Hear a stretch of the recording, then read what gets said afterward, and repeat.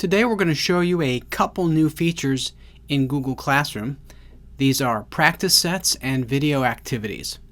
Let's go ahead and get started. On the left hand side of Google Classroom, you'll see this new button right over here.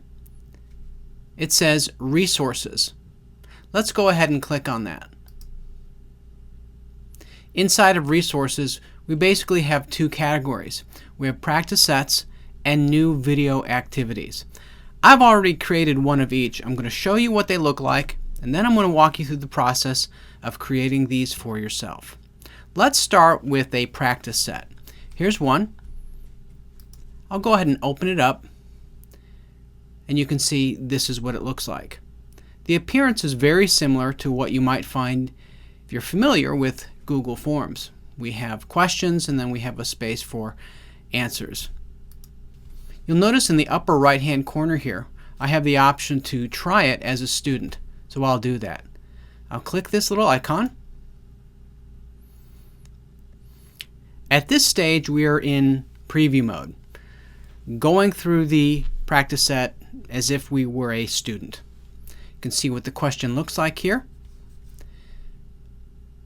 I have my answer choices, and for this particular question, I'm expected to enter one of these responses here. What is the brain of a computer called? I'm going to go ahead and type in motherboard. Okay. Now the student can check their work by clicking the check button here. They can see if they got it right. Oh, looks like that's wrong. So they're going to have to try again.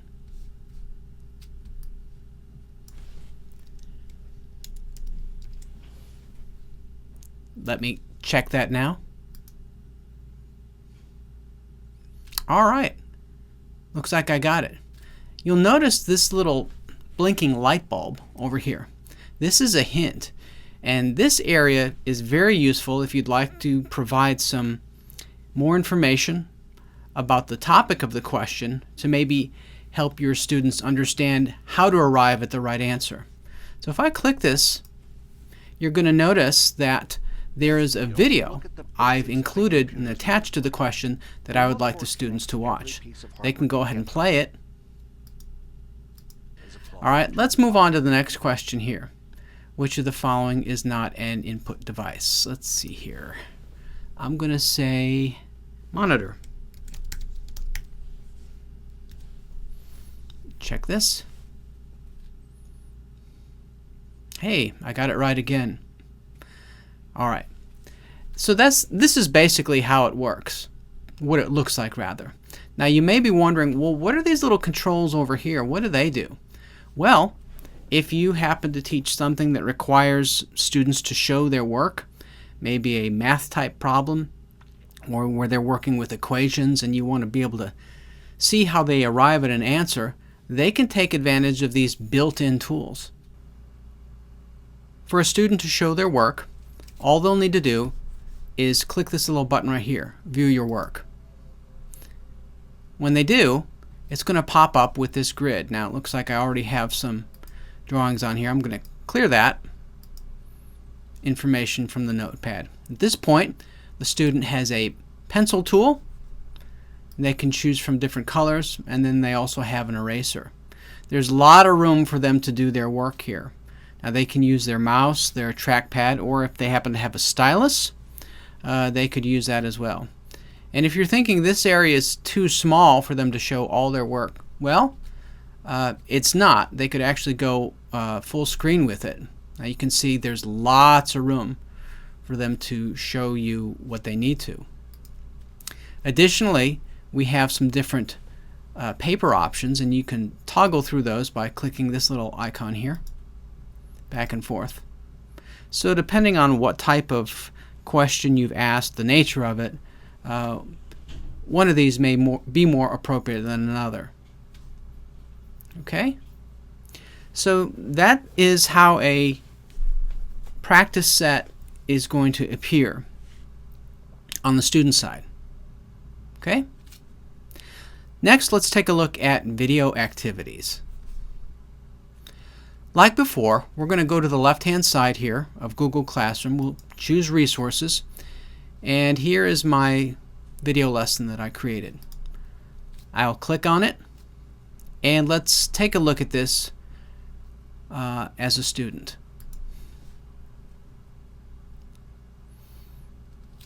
Alright, so this video is on the Battle of the Bulge, famous battle towards the end of World War II. And I've attached, looks like 3 questions here, and if we look carefully, you'll notice that each of these questions comes in at a different point in the video. So the idea here is for the student to watch the video will automatically pause, and a question will be asked at a certain time, and the student will then answer the question. This is really ensuring that they are comprehending what they are watching. Alright, so let me go ahead and I'll start the video here. You can see we're at the start point, and you can actually skip ahead to the different spots here. Alright, here's the first question. So, in Italy, by the end of 1944, the Allied forces advanced as far north as where? Alright, I'm going to check Florence, and let's see what it says if I click Submit. That was the correct answer.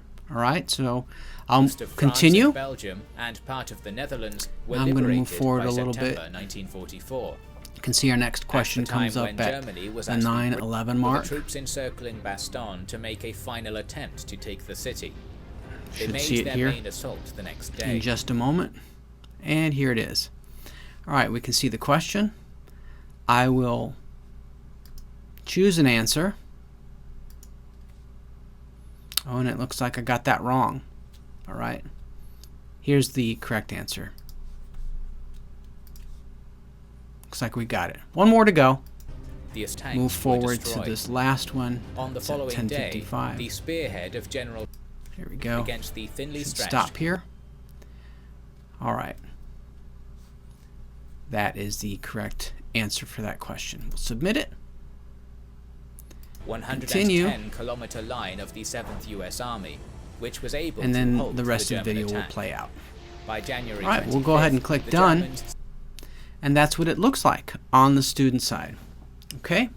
Now let's go through the process of actually creating these from scratch. Right? Let's start with a practice set. We'll click New Practice Set. And the first thing we'll do is to give this practice set a name.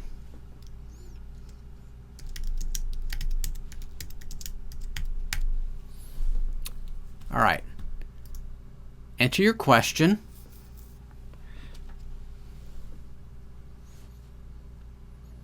Now here, it's worth noting that if you don't want to go through the process of creating a quiz from scratch, maybe you have something printed and you've digitized it, you'd like to bring that in and simply use that, that is certainly an option as well.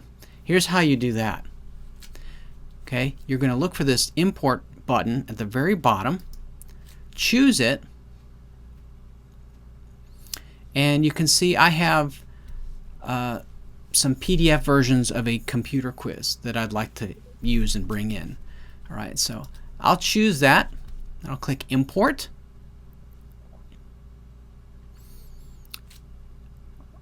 Alright, notice it says select each problem that you want to import.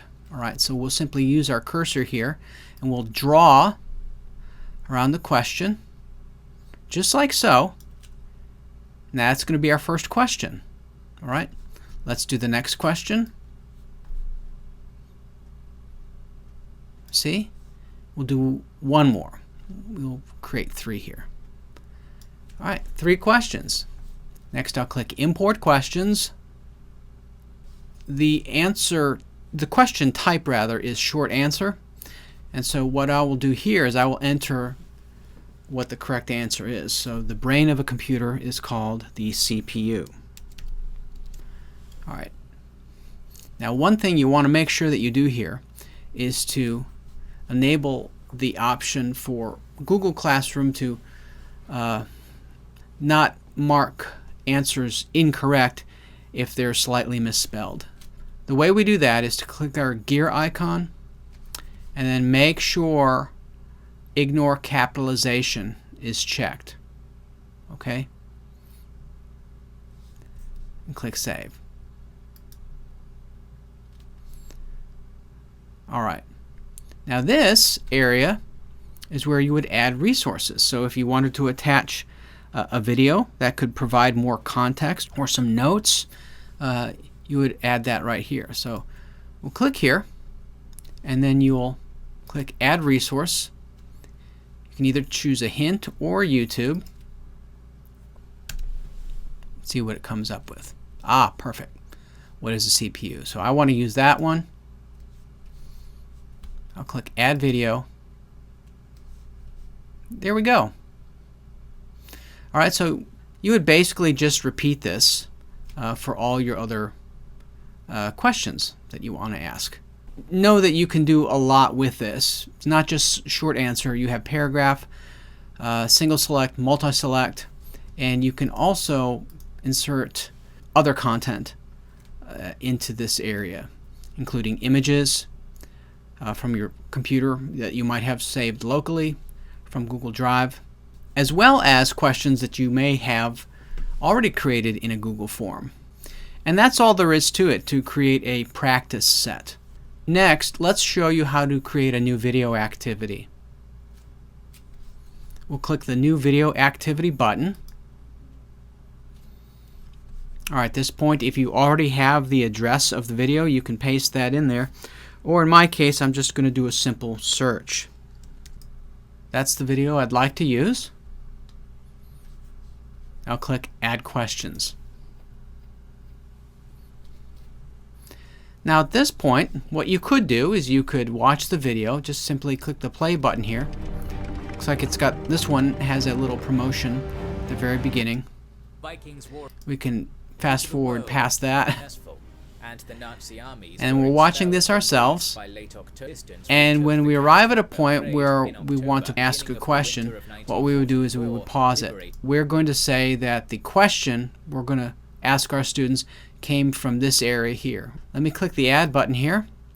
You can see we have three options: a multiple choice checkbox or open-ended question. I'll choose the multiple choice option here. Scroll down just a little bit. You're going to add your answer options, and you want to make sure that you mark the answer of the correct one. All right, we are going to have three options here, and then you can add another question and just repeat this process. When you're all finished, click Done. Now your video will be available for you to share with students. To assign your practice sets or video activities to your students, we'll go ahead and get to our class here. We'll go to Classwork, and then we'll click Create. We'll choose Assignment.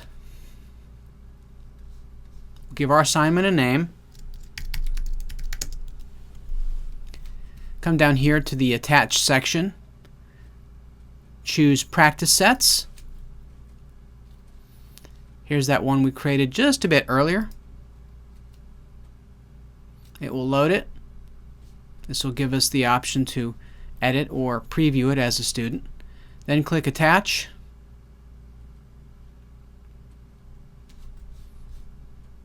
And we're all set. If you wanted to attach a video activity, click the YouTube button, go to My Video Activities, and then choose your video activity from the list. Once again, click Attach, and you're ready to go. What's left is to add a due date, a topic, set your grade category and points, and then assign it.